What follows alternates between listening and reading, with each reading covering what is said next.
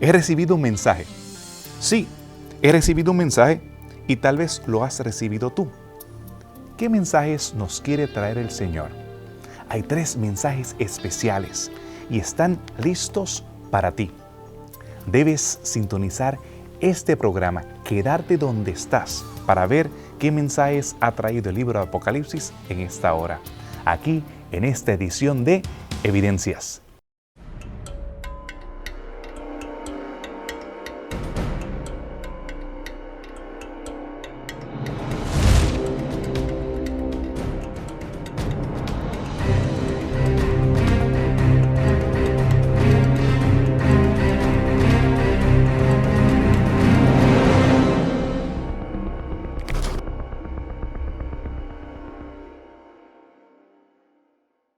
Bienvenidos nuevamente a este programa de Evidencias. Y sí, estamos hablando de mensajes. Mensajes que no necesariamente me llegaron a través del teléfono celular. Tampoco se trata de las redes sociales que me han accedido a mi cuenta recientemente. Se trata de un mensaje anterior, un mensaje que Dios tiene para nosotros. Y se trata de 3 mensajeros.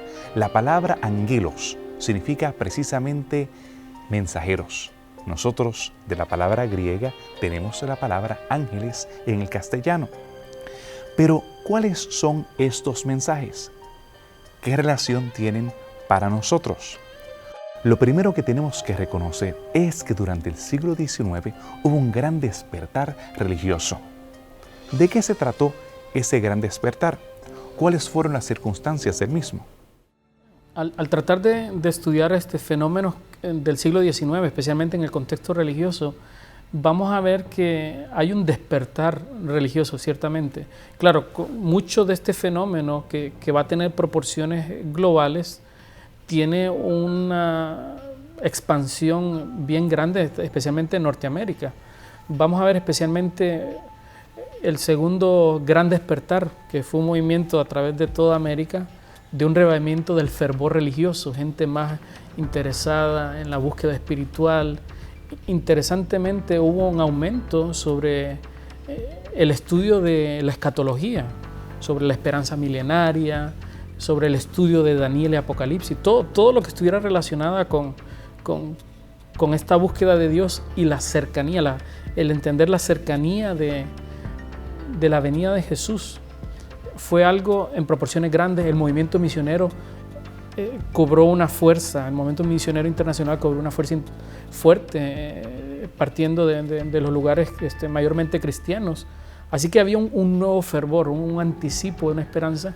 De momento surge y se expande una predicación de la segunda venida, donde vamos a ver el movimiento millerita, que toma proporciones globales, su mensaje en muchos lugares. Claro, no todos directamente identificados tal vez con Miller, pero sobre el tema de la segunda venida y la cercanía de la segunda venida. Y en medio de este fenómeno religioso, vamos a ver también que junto con este fervor sobre la segunda venida, los eventos finales, también van a surgir un mundo de ideas que todavía hoy persisten en el mundo religioso respecto a otras perspectivas del fin del mundo. Vamos a ver el dispensacionalismo surgiendo en ese periodo, vamos a ver testigos de Jehová, los mormones, muchos movimientos también interesados en cosas finales surgen en medio de este periodo de gran despertar religioso.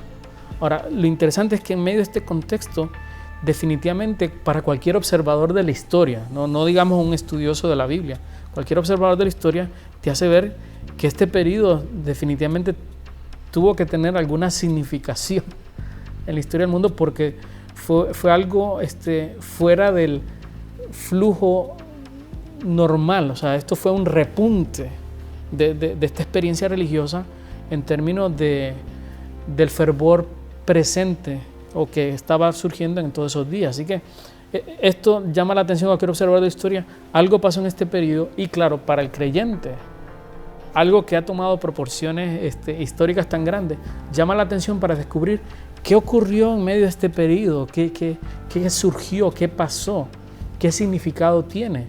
Y es interesante que es en medio de este periodo interesante de la historia universal que surge el movimiento adventista, como parte de este grupo de personas que están estudiando la Biblia y que participan de este despertar religioso y quieren saber más de ella, entender las profecías y descubrir más acerca de la venida de Jesús.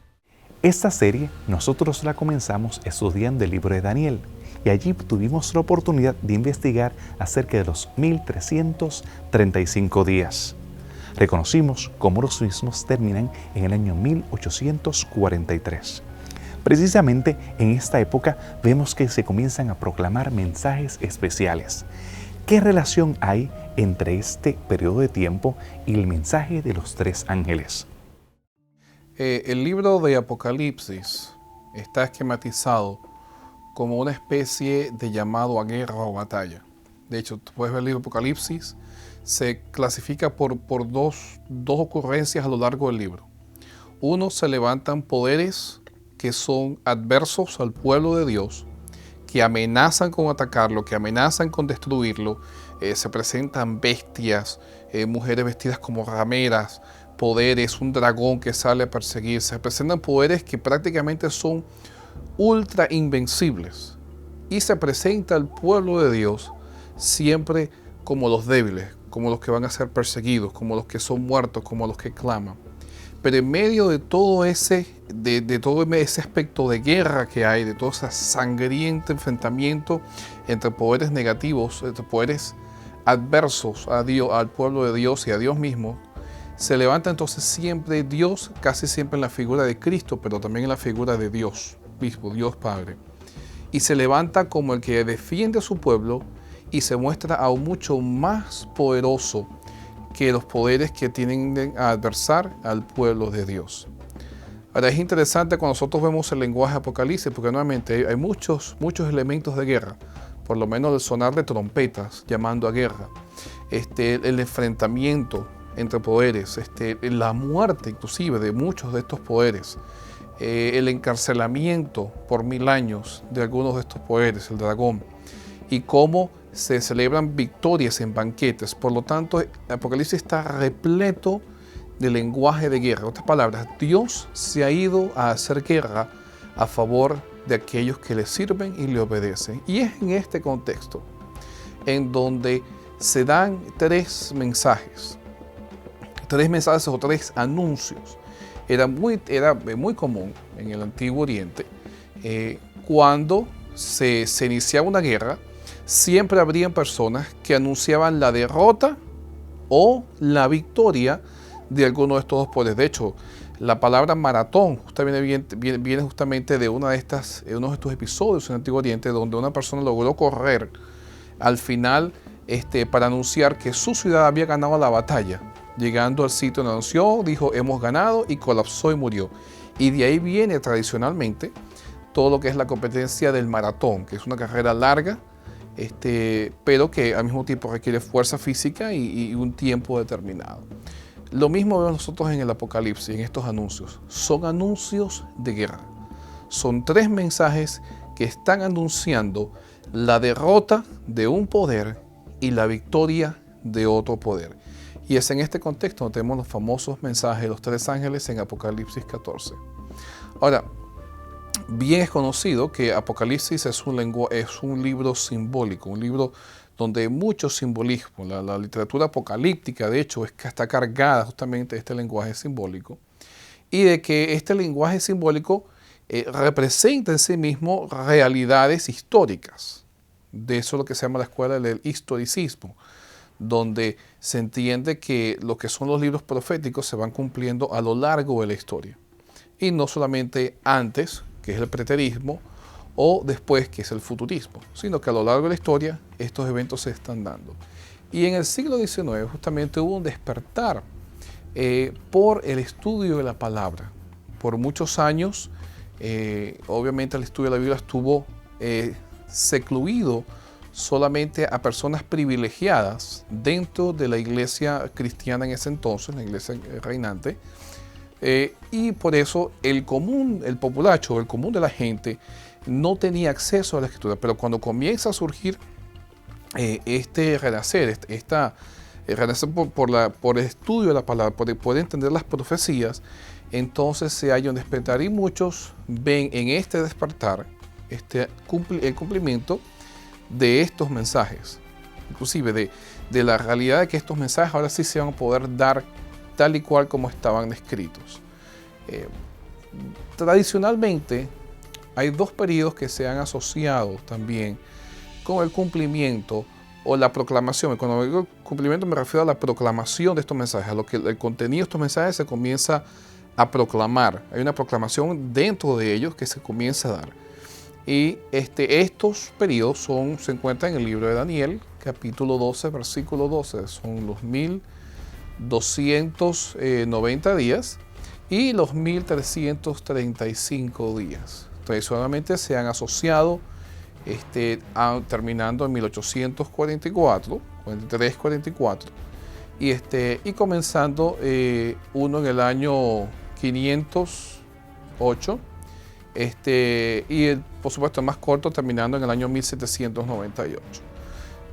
El texto de Daniel habla de la abominación desoladora, que o el parar del continuo sacrificio en el templo, en una alegoría que justamente refleja la muerte de Cristo y se extiende hacia los tiempos finales.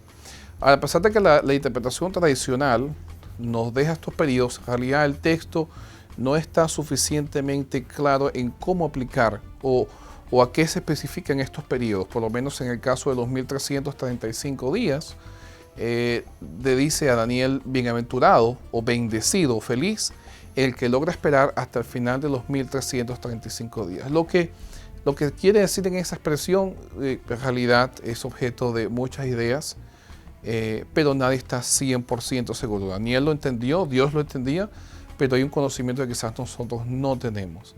Sin embargo, tradicionalmente, como dije anteriormente, este periodo se asocia justamente con el comienzo de la proclamación de estos mensajes en el año 1844. Cuando encontramos la efervescencia y el despertar del siglo XIX, vemos a través de varios países, muchas personas, el deseo y el interés de estudiar el libro de Daniel y el libro de Apocalipsis.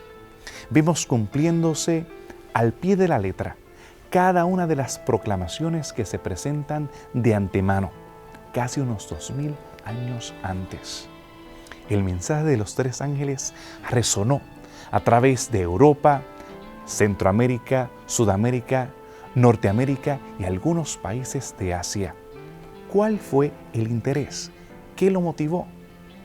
¿Cuál es el contenido de estos mensajes triangélicos? Quédate con nosotros para investigar más aquí en Evidencias.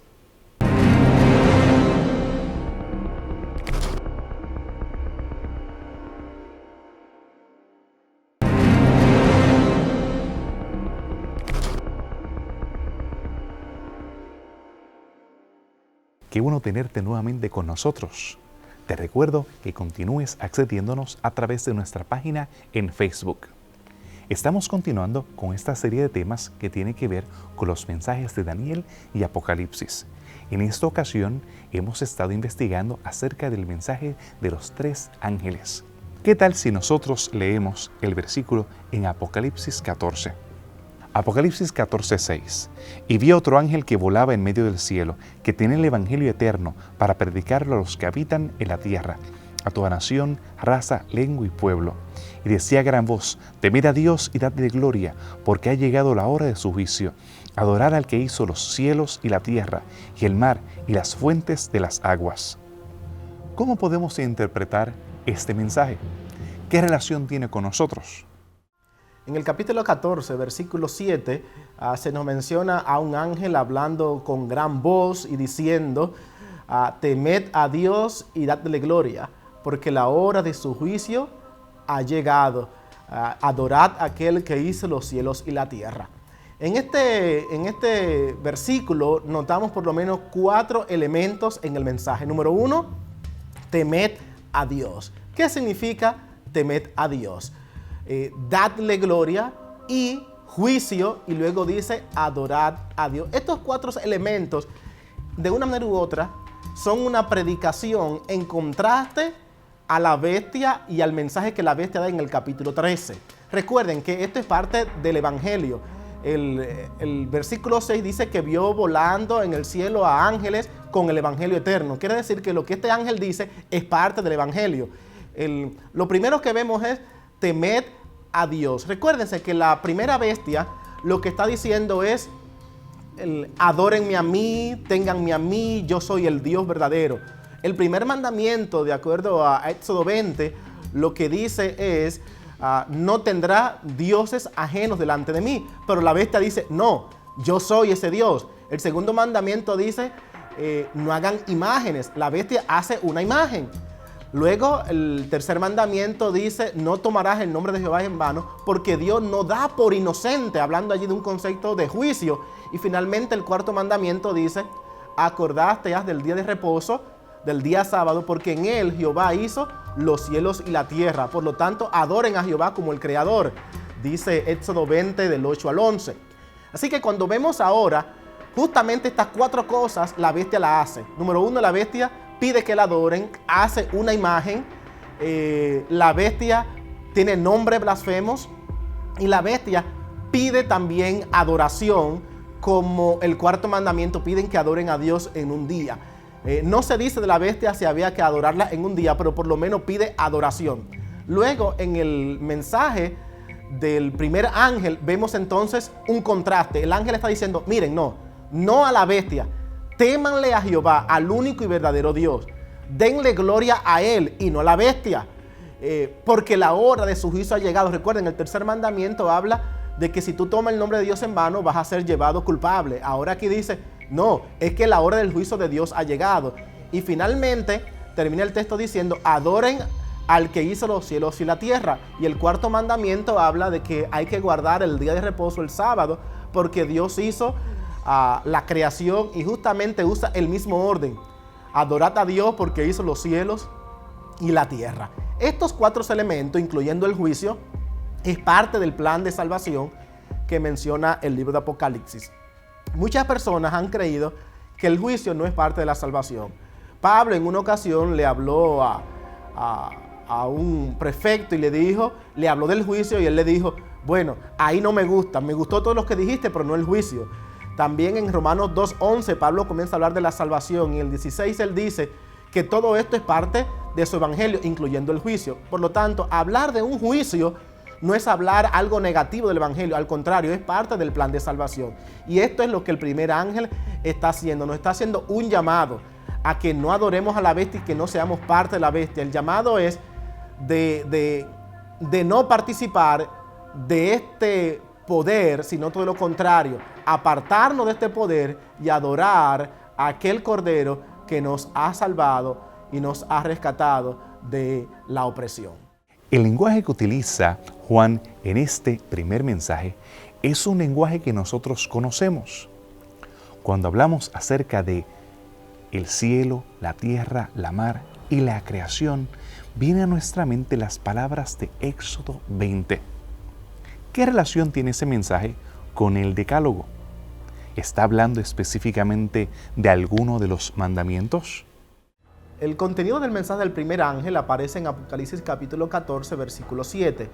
El texto dice, y oí un ángel con gran voz que dijo, temed a Dios, es lo primero que dice. Lo segundo que dice, dadle gloria, porque la hora de su juicio ha llegado. Y entonces termina diciendo, adorad a aquel que hizo los cielos y la tierra. Así que tenemos cuatro elementos en el mensaje. Número uno, temed a Dios. Número dos, dadle gloria a Dios. Número tres, el juicio ha llegado.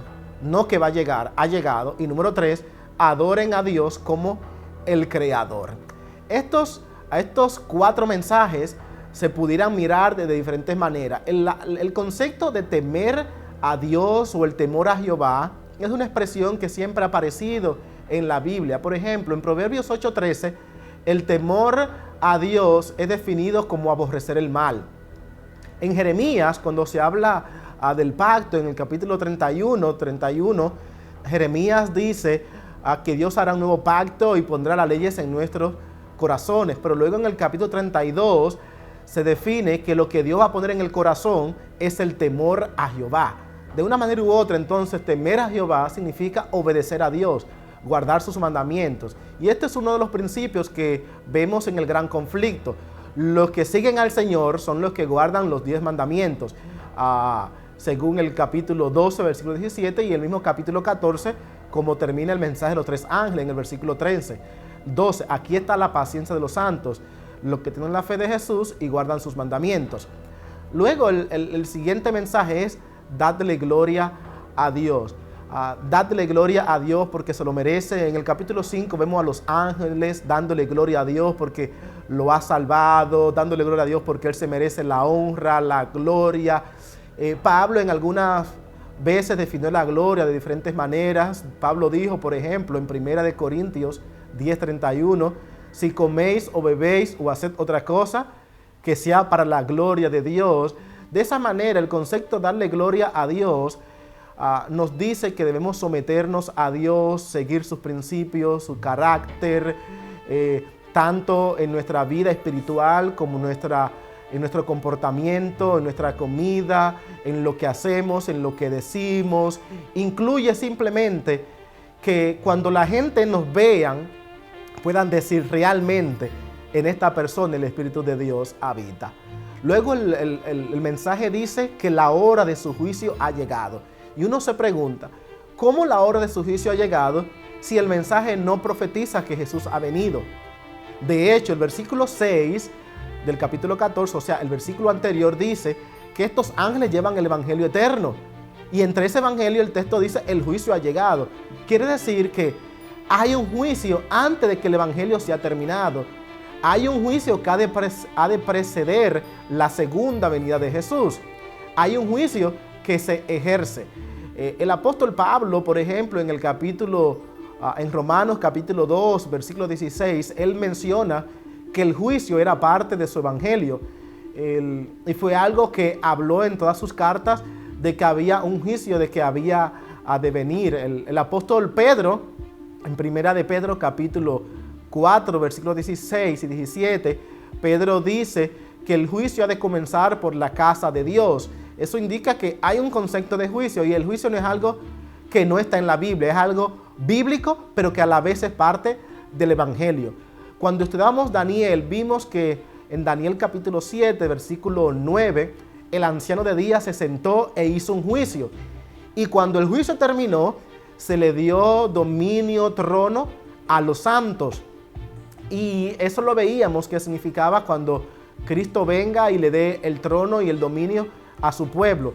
Por lo tanto, Daniel 7 confirma de que Dios está o ha de hacer un juicio antes de que Jesús venga por segunda vez a darle trono y gloria a su pueblo.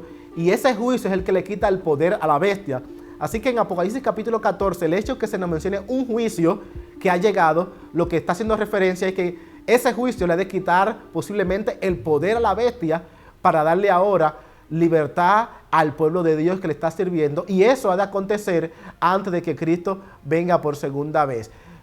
Muchas personas le han llamado a este juicio previo al advenimiento, porque justamente está pasando antes. Otros le llaman el juicio de manifestación, donde Dios manifiesta su justicia ante el mundo entero, ante la humanidad. Y finalmente entonces vemos un cuarto elemento que Dios pide, que el mensaje dice: adorad a Dios que hizo los cielos y la tierra. Esta expresión, adorad a Dios, aparece una sola vez más en la Biblia. Cuando hablamos adorar a Dios porque hizo los cielos y la tierra, eso solamente está en Éxodo capítulo 20, versículo 11. El texto allí dice: adorad a Dios guardando el día de reposo, el sábado, porque Él hizo los cielos y la tierra. Así que de alguna manera este texto está diciendo que la observancia del sábado como parte de los 10 mandamientos ocupará un rol muy importante. Recuerden que el mensaje lo que está diciendo: hagan estas cosas porque en el tiempo del fin serán importantes. Y el decirnos de que guardemos el sábado indica que por alguna razón el sábado tendrá alguna relevancia en la controversia final entre las bestias y el pueblo de Dios. Como nosotros vimos en este mensaje, hay varias partes que se componen. Primero, se anuncia un evangelio eterno.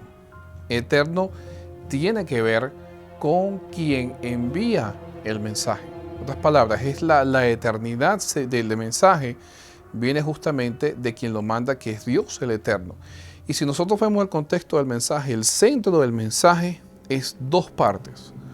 Una, el temer y adorar a Dios, lo cual está relacionado directamente con la observancia de los 10 mandamientos. ¿Por qué? Porque justamente cuando nosotros vemos cómo están conformados los 10 mandamientos, están conformados en dos tipos de mandatos.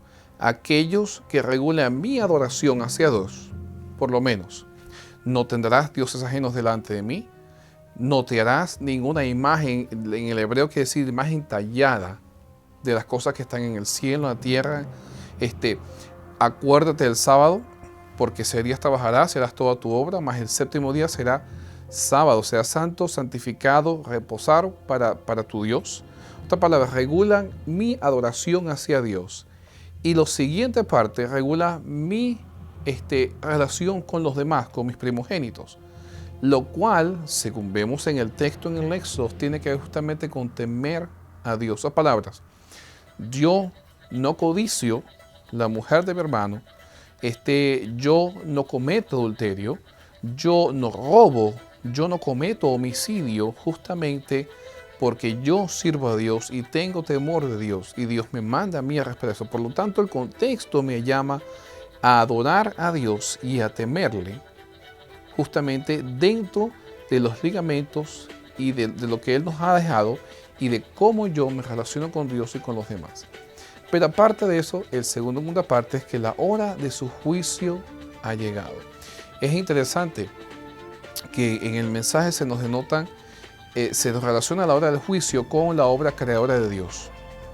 Justamente se relaciona eso con aquel que hizo la tierra, los cielos, el mar y las fuentes que están debajo del agua. Ahora, un estudio más profundo de esa expresión, ustedes pueden darse cuenta de que no solo se alude a la creación, sino que aún se está aludiendo al diluvio.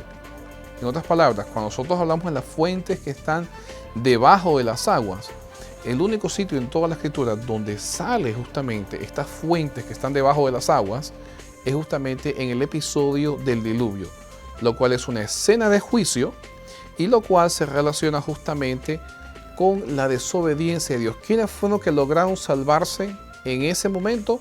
Aquellos justamente que temían a Dios y lo oraban como Él lo había dicho. Por lo tanto, un contexto de juicio. Así que en el contexto de Apocalipsis, estos anuncios tenían que ver con guerra. Y que en las guerras siempre habían anuncios del que estaba venciendo versus el que estaba perdiendo. Y justamente aquí este es el anuncio de que finalmente ha caído la ciudad capital que alberga al poder principal opresor que está persiguiendo o que está queriendo hacerle daño al pueblo de Dios. Y se está anunciando su caída completamente. Se está dando a palabra de una ciudad que está siendo conquistada desde afuera, sus murallas están a punto de caer y entonces se lanza el grito: ya Babilonia no puede resistir más, ha caído bajo el dominio de Dios.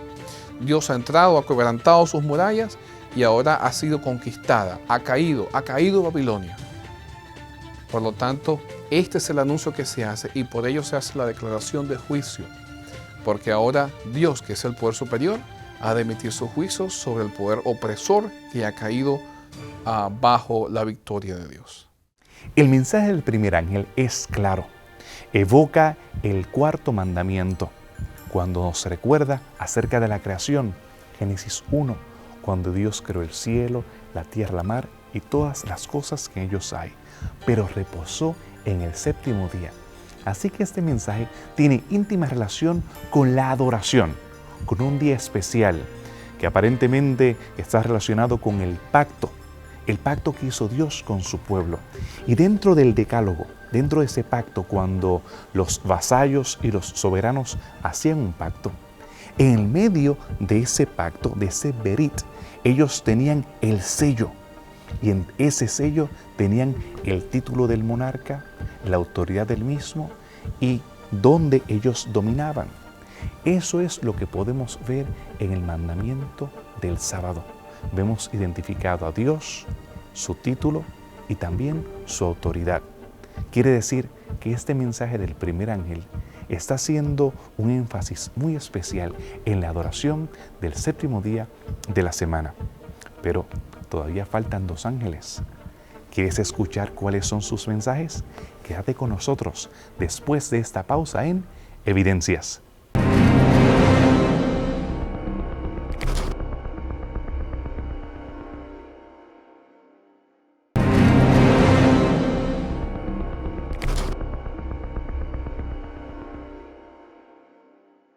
Qué bueno tenerles con nosotros nuevamente. Les pedimos que puedan hacer las preguntas a través de nuestra página de internet. También puedes escribirme a través de mi correo electrónico. En esta ocasión hemos estado investigando acerca del mensaje de los 3 ángeles. Ya estuvimos estudiando el primer ángel, pero ahora vamos a leer acerca del mensaje del segundo ángel. Y continuamos en Apocalipsis 14. Y siguió otro ángel, un segundo, diciendo: ha caído Babilonia la grande. Todas las naciones habían bebido del vino de la furia de su inmoralidad.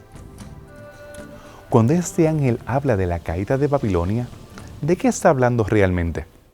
Apocalipsis 14, versículo 8, nos presenta el siguiente mensaje. Lo seguía un segundo ángel que gritaba: ya cayó la gran Babilonia, la que hizo que todas las naciones bebieran el excitante vino de su adulterio. ¿Qué es lo que significa este versículo? Este versículo presenta un lenguaje que viene desde el Antiguo Testamento. Para entender muchos de los versículos del libro de Apocalipsis, es necesario que también conozcamos el Antiguo Testamento. Por ejemplo, Babilonia o Babel, que en el Antiguo Testamento significan lo mismo, es un símbolo de constante oposición a Dios, de un poder que desafía a Dios. Por ejemplo, tenemos la Torre de Babel.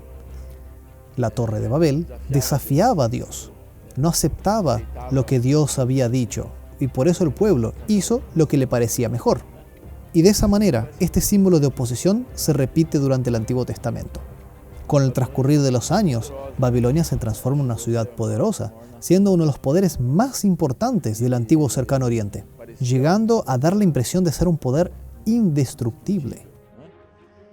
Entre tanto, aunque parecía ser un poder indestructible, los profetas del Antiguo Testamento ya vaticinaban que esta ciudad caería. Isaías lo profetizaba, Jeremías lo profetizaba, y este lenguaje que vemos en Apocalipsis hace una referencia a estos profetas.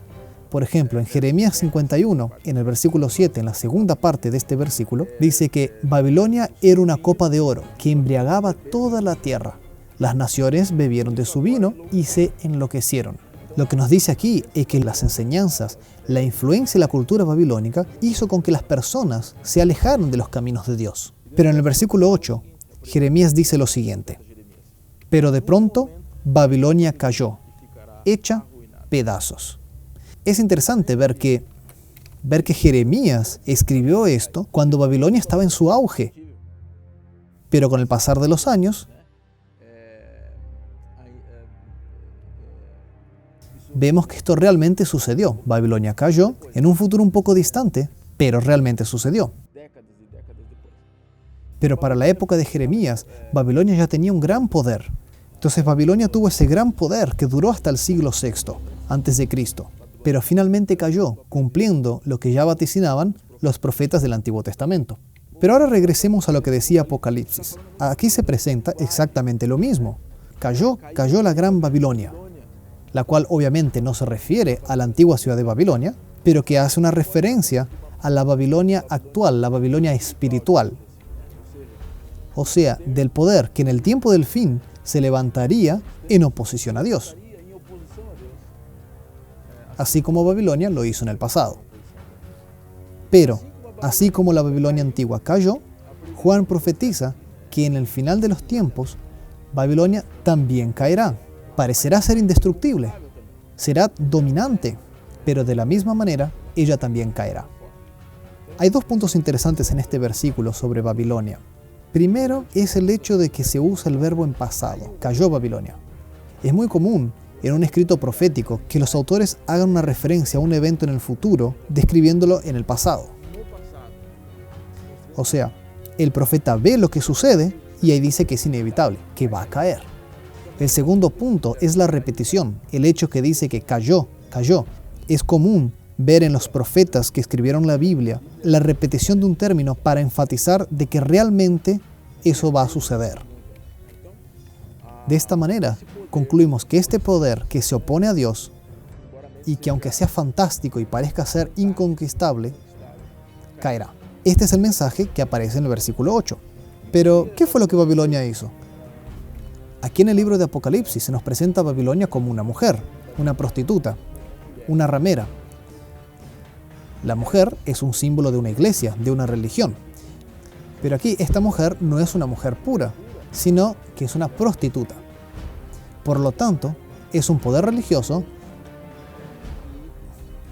que no es fiel a Dios. Es el concepto de la prostitución, que no enseña el mensaje de Dios, sino una religión falsa. Y aquí se nos dice que este poder le dio a las naciones, le dio al mundo, hizo con que el mundo bebiera del vino de sus prostituciones. O sea, el mensaje falso, el mensaje de oposición a Dios, lo ha compartido con todo el mundo. Y las naciones están embriagadas de este mensaje falso. Pero aquí la Biblia nos asegura que este poder caerá. Este poder que enseña mentiras al pueblo de Dios va a caer. Esto es lo que significa la caída de Babilonia.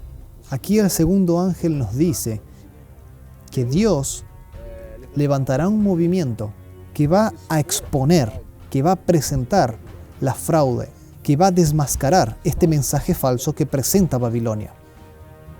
De esta manera, las personas podrán reconocer las falsas enseñanzas que han aprendido a través de este poder religioso. Y que por fin, esta institución que enseña mentiras caerá. Cuando Juan habla acerca de Babilonia, usa terminología que era conocida por su audiencia. Los judíos, cuando se referían al Imperio Romano, lo hacían en el contexto de usar lenguaje de Babilonia, porque los babilonios habían sido los odiados opresores que habían destruido el glorioso templo de Salomón. Más adelante, los romanos también destruyen el templo, en este caso el templo que había sido construido por Herodes. Pero Juan, cuando habla acerca de este segundo mensaje, no está hablando simplemente de la Babilonia antigua, la que fue gobernada por Nabucodonosor y que nosotros podemos recordar en nuestro estudio del libro de Daniel. Tampoco estaba hablando simplemente de la Babilonia política, aquel seudónimo que se estaba utilizando de forma peyorativa para referirse al gobierno romano. Vamos a estudiar más adelante un poco más acerca de la identidad de Babilonia y su caída. Lo importante por ahora es reconocer que en ese segundo mensaje se está advirtiendo de que ha de caer Babilonia, este sistema político religioso, y va a llegar a su fin. Todavía tenemos más que aprender acerca de estos ángeles y vamos a llegar al tercero y emocionante anuncio que hace este ángel. ¿Cuál será el mismo? Quédate con nosotros después de esta pausa en Evidencias.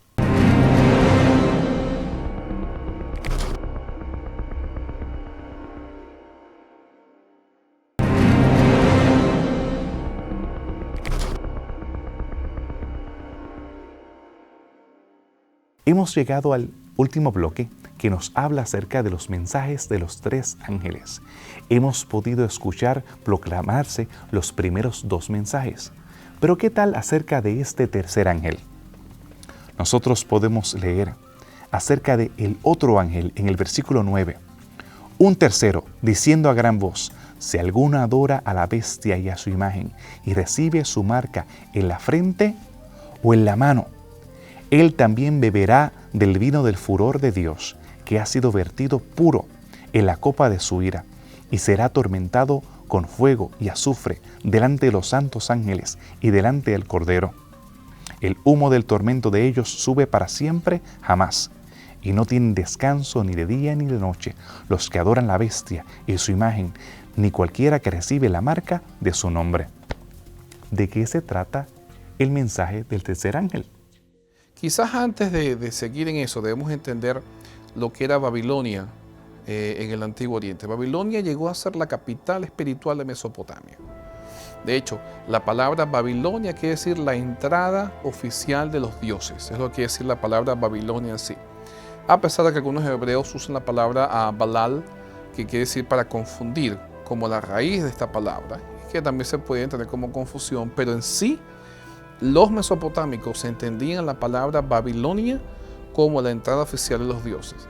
Y en el Antiguo Oriente siempre los reyes trataban de dominar Babilonia, porque en quien dominaba Babilonia, dominaba la parte espiritual de toda Mesopotamia. Y quien dominaba la parte espiritual de toda Mesopotamia, entonces dominaba la conciencia y tenía la lealtad de los habitantes de toda la región. Por lo tanto, Babilonia era la cuna o la alma mater de todos los dioses que existían. Desde Marduk hasta Ishtar, Nabu, todos estos dioses tenían su alma mater, tenían su cuna, su casa justamente en Babilonia. Y este mensaje, para nosotros ahora venir al libro de Apocalipsis, nos damos cuenta de que justamente esta característica de Babilonia es la que se resalta. Se dice en el mensaje del tercer ángel que todos aquellos que participan del vino de la fornicación y los adulterios, de donde serán recipientes de las plagas que han de caer sobre Babilonia. En otras palabras, se refleja la parte de la idolatría que existe en Babilonia con el término de adulterio y fornicación. Y eso no es la primera vez que nosotros lo vemos en la Escritura. De hecho, si nosotros vamos al libro de Oseas, se compara justamente el adulterio de Gomer justamente con la idolatría de Israel. Por lo tanto, es clásico tratar de interpretar la idolatría o la infidelidad a Dios justamente con una metáfora con el adulterio. Por lo tanto, es lo que se especifica en este mensaje. Y se dice algo sencillo. Hay dos grupos. El grupo que ha sido oprimido por este poder y que ahora está aclamando la victoria de Dios sobre este poder. Y el grupo que quizás no está bien definido y que puede que entonces en cierto momento participe de los placeres que ofrece Babilonia, en el punto de vista quizás ya más de nosotros en la idolatría de Babilonia, pero que al mismo tiempo quiera asociarse con Dios. Y a este grupo se le hace una advertencia inminente.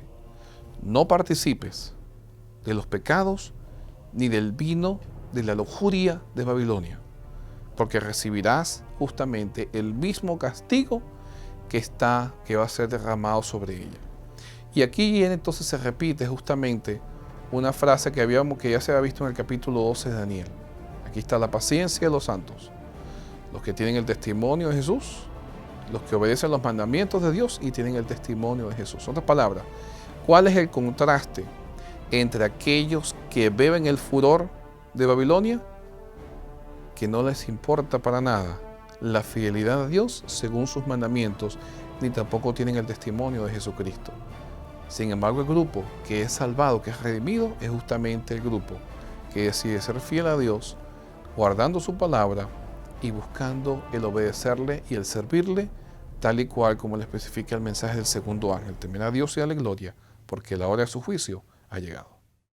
Realmente, cuando hablamos acerca del mensaje del tercer ángel, ¿qué relación tiene el mismo con el mensaje de la justificación por la fe?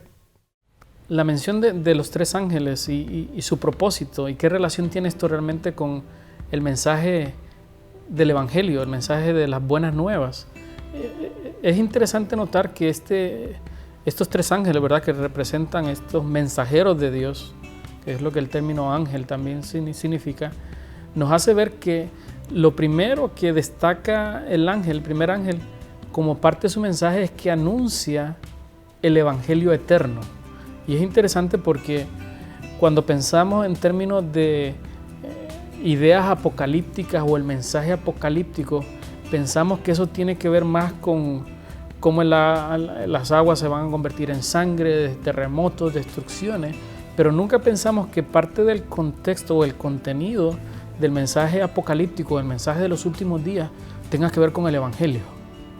Y lo interesante es que este anuncio este anuncio final, porque si vemos la forma en que estos ángeles son introducidos con un sentido de urgencia, de prisa, porque el tiempo es corto, es necesario anunciar esto.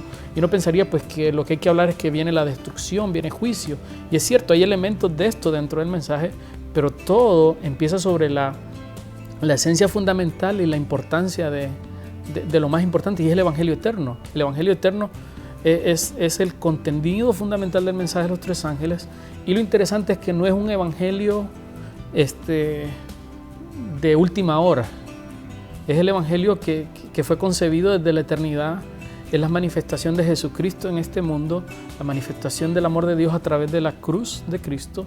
Y claro, el evangelio también incluye la forma en que Dios, las buenas noticias, está resolviendo el problema del pecado en la cruz, en su ministerio intercesor en el santuario celestial, y la forma en que lo va a erradicar, como el resto del libro de Apocalipsis lo va a anunciar, y que el resto del mensaje de los tres ángeles nos va a anticipar a través de otras cosas que van a ocurrir, que son parte de las buenas noticias, porque es la forma en que Dios va a resolver el problema. Así que, claro, se anuncia también inmediatamente temer a Dios y darle gloria, porque la hora de su juicio ha llegado. Y el juicio, en el contexto de Apocalipsis, son buenas noticias para los creyentes, y tienen que ver con el Evangelio eterno, porque nos dice que Dios va a establecer justicia, va a resolver el problema del pecado, pero que no lo va a hacer de una manera impulsiva, sino va a ser a través de un juicio. Jesús habló muchas veces del juicio como parte de su mensaje de lo que iba a ocurrir en el futuro, y la forma en que Dios iba a establecer su reino haciendo un juicio también. Así que definitivamente el tema de juicio y el Evangelio y la predicación de Jesús han sido parte desde los evangelios mismos, lo vemos presente ahí. Así que cuando hablamos del contenido, vamos a descubrir también que el tema de que Dios como creador es fundamental en el mensaje de los tres ángeles, y es parte del evangelio, porque Dios no tiene el primer derecho que Dios tiene sobre nosotros, si pudiera pedir algo, reclamar algo, es su derecho como creador.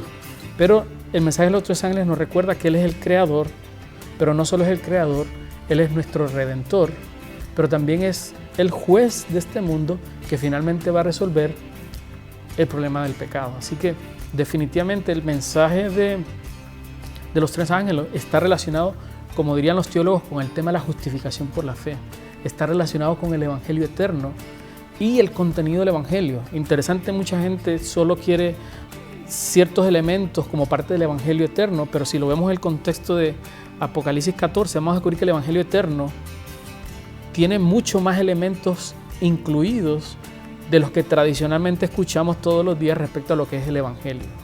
Y yo prefiero, sobre todas, seguir la definición bíblica que tratar de seguir una definición que, aunque suene bonita, es creada por un ser humano, pero no es la definición que nos ofrece la Escritura.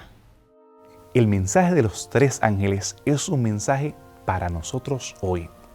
Cuando nosotros analizamos el contexto y el contenido del mismo, nos damos cuenta que se trata de adoración.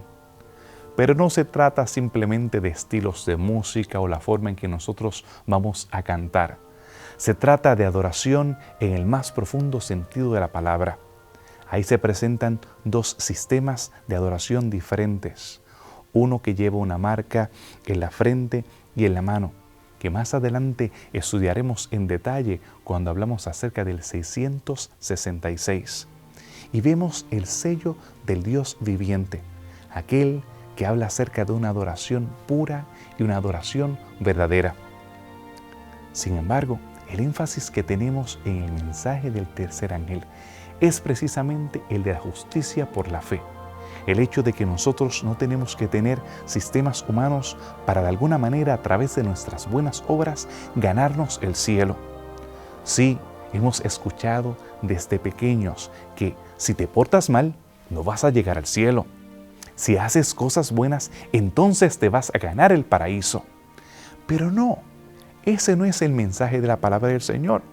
El mensaje de la palabra del Señor es gracia, charis, y gracia es un don inmerecido. Tú, que te merecías la muerte, el Señor te garantiza vida eterna. Fue precisamente aquella gracia basada en la justificación por la fe la que inspiró a John Newton a poder escribir aquel hermoso poema que se hizo un himno, Sublime Gracia, utilizando una melodía de los esclavos africanos que él había escuchado cómo dolorosamente ellos cantaban y usaban mientras estaban en el interior de esos barcos de muerte que traían a nuestros antepasados aquí al Nuevo Mundo. Él, después de una tormenta, haberle entregado su corazón a Jesús, pone las palabras de sublime gracia. Sublime gracia, qué canción, que salva a un hombre como yo. Perdido estaba y fui encontrado. Ciego fui, pero encontré la luz. Que tú puedas encontrar en los mensajes de los 3 ángeles precisamente esa gracia y perdón que Dios te ha prometido. Que puedas saborear la justicia por la fe y aceptar el perdón de Cristo Jesús.